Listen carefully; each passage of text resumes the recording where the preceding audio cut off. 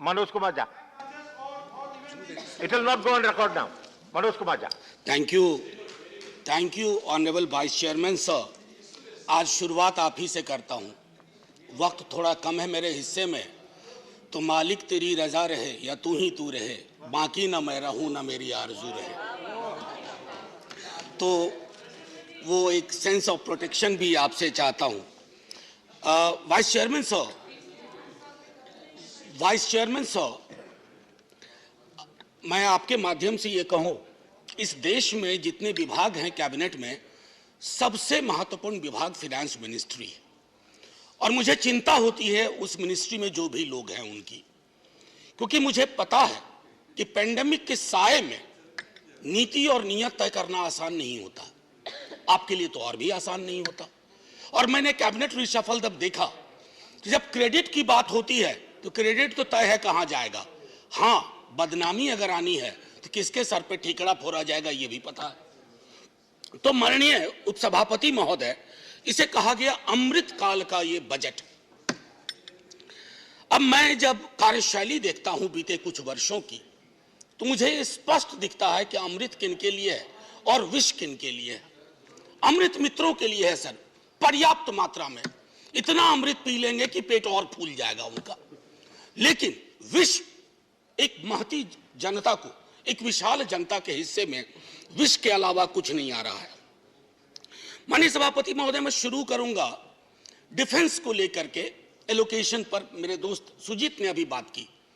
मैं सिर्फ इतना कहूंगा, कहीं एलोकेशन में रिक्रूटमेंट का हिस्सा क्या होता है, क्या वो आपके जहन में है भी या नहीं, या आपने तय कर लिया है कि रोजगार विहीन ही सब कुछ होगा। 70 वर्षों से एक डिमांड चल रही है, अभी भी गुरुग्राम में लोग बैठे हुए हैं, अहीर रेजिमेंट की डिमांड की। एक गौरवशाली इतिहास रहा है, आपके जहन में नहीं पड़ता, ना पड़े, वोट की चोट बहुत सिखा देती है। मैं सिर्फ इतना कह करके अगले बिंदु पे आऊंगा। Sir, I am deliberately avoiding macro issues. I could have dealt with that. Poor health of economy, bug fiscal deficit, regressive taxation और के शेप्ड रिकवरी। अब ये मैं बीते कुछ वर्षों से वी शेप, के शेप, तो मैंने थोड़ा रिसर्च किया। सर, एक जेड शेप रिकवरी भी होती है। जेड शेप रिकवरी यानी के 15वें अल्फाबेट के रूप में आता है। जिस जेड शेप रिकवरी में खतरा होता है कि आप पुनः रिसेशन में जा सकते हैं। आप ज्यादा अर्थशास्त्र समझते हैं, यहां से चिदम्बरम साहब और कपिल सिब्बल जी बोले, फाइनेंस मिनिस्टर साहब हैं, आप लोग ज्यादा समझते हैं। हमारे लिए तो अर्थशास्त्र सर गरीब और निम्न आय वर्ग की थाली है। मैं तो उसकी साइज देखता हूं सर। मैं बजट में पोर्ट वाले को क्या मिला, एयरपोर्ट वाले को क्या मिला, उससे मैं चिंतित नहीं हूं। दे दीजिए ना सब कुछ, लेकिन गरीब की थाली महफूज रखिए। गरीब की थाली छोटी होती जा रही है, नौकरियां नहीं मिल रही हैं। अभी रेलवे वाले विजुअल्स आप सबने देखे होंगे माननीय उपसभापति महोदय। मैं खास तौर पे कहूं, एजुकेशन और हेल्थ में जो आपका एलोकेशन है, अलॉटमेंट है, उसमें फिर से एक बार वही रोजगार सृजन की कोई चर्चा नहीं। There is no vision at all. आपने एक आंकड़ा दिया 60 लाख 5 वर्षों में। अरे लेबर फोर्स में एंट्री के लिए तैयार लोगों की आपको फेहरिस्त की जानकारी है? करोड़ों करोड़ दस्तक दे रहे हैं, आपने दरवाजे बंद करके रख दिए। और चूंकि आपने दरवाजे बंद करके रख दिए तो आपको वो विजुअल्स देखने पड़ रहे हैं। माननीय मंत्री महोदय हैं, आपके माध्यम से कहूं सर, फौरी तौर पर एक रोजगार कैलेंडर पर काम करिए। सालाना हर विभाग, हर क्षेत्र, हर निकाय, वहां से निकाल के रखिए कितनी वैकेंसी है और कब भरेंगे, क्योंकि जब आप उन वैकेंसीज को नहीं भरेंगे, सब्र का प्याला बढ़ता जा रहा है। माननीय उपसभापति महोदय, माननीय उपसभापति महोदय, सदन में पहले भी मैंने कहा, हमारे प्रधानमंत्री, कई राज्यों के मुख्यमंत्री, वित्त मंत्री बार बार इस्तेमाल करते हैं मुफ्त राशन, मुफ्त वैक्सीन। हाथ जोड़ के विनती करता हूं, हम वेलफेयर स्टेट हैं, मुफ्त कह करके गरीब की गरिमा पर चोट मत करिए। हर नागरिक का स्टेक है, अधिकार है, और उस अधिकार को आप जब कहते हैं मुफ्त में दिया, मुफ्त में दिया, अरे आप अपनी तस्वीर लगा लीजिए बोरी पे, आप तस्वीर लगा लीजिए बोरी पे, सोच ईमानदार, काम दमदार वगैरह वगैरह लिख दीजिए, लेकिन मुफ्त कह करके गरीब का अपमान मत करिए, क्योंकि गरीब की लानत अगर पड़ेगी तो बहुत मुश्किल होगी।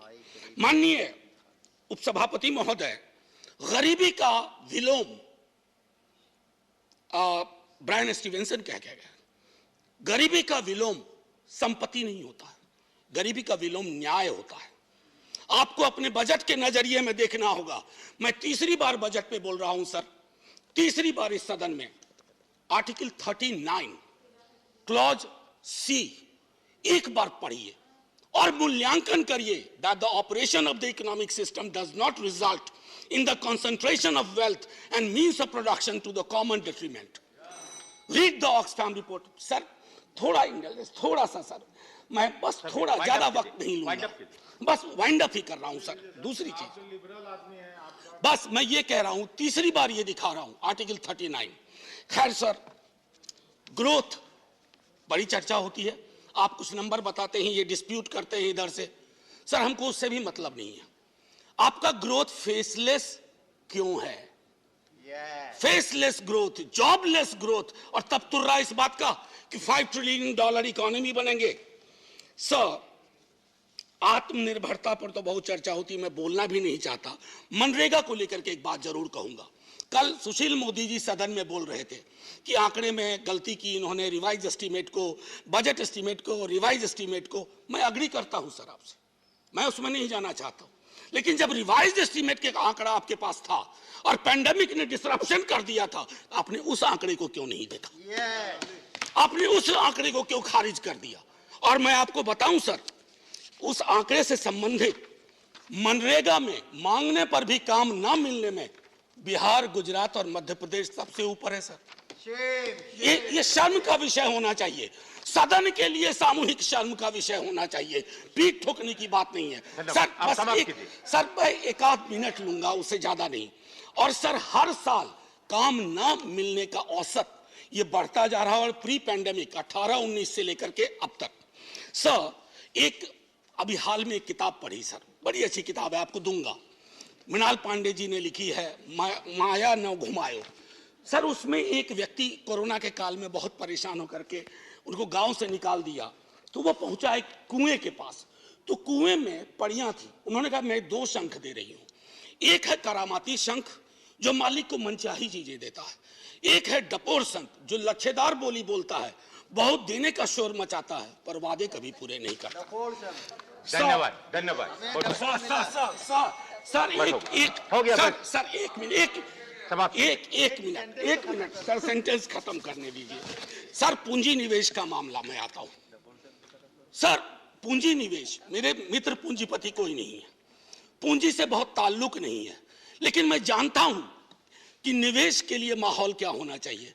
सर जहां फातिहा के लिए उठे हाथ पर कंट्रोवर्सी हो जाए, जहां वस्त्र, कपड़े पे, रहन सहन, खान पान पे, आप उस देश में सर कोई निवेश करने से पहले हिचकेगा। Sir 30 second.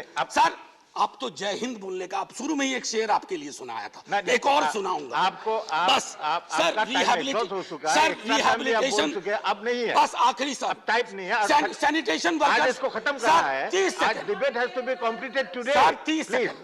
Sir sanitation workers मुझे माफ नहीं करेंगे, उन्होंने मुझे कहा था कि उनके बजटरी एलोकेशन में एम्प्लॉयमेंट में जो मैनुअल स्कैवेंजर्स का रिहैबिलिटेशन के लिए होता है, सेल्फ एम्प्लॉयमेंट के लिए 30% आपने कटौती कर दी। मैं अभी बोल रहा हूं तो कोई ना कोई मैनुअल स्कैवेंजर किसी सीवर में अपनी सांसें आखिरी ले रहा होगा। सर इसलिए मैं कहता हूं, तेरे वादे पर जिए हम, ये जाने जाना।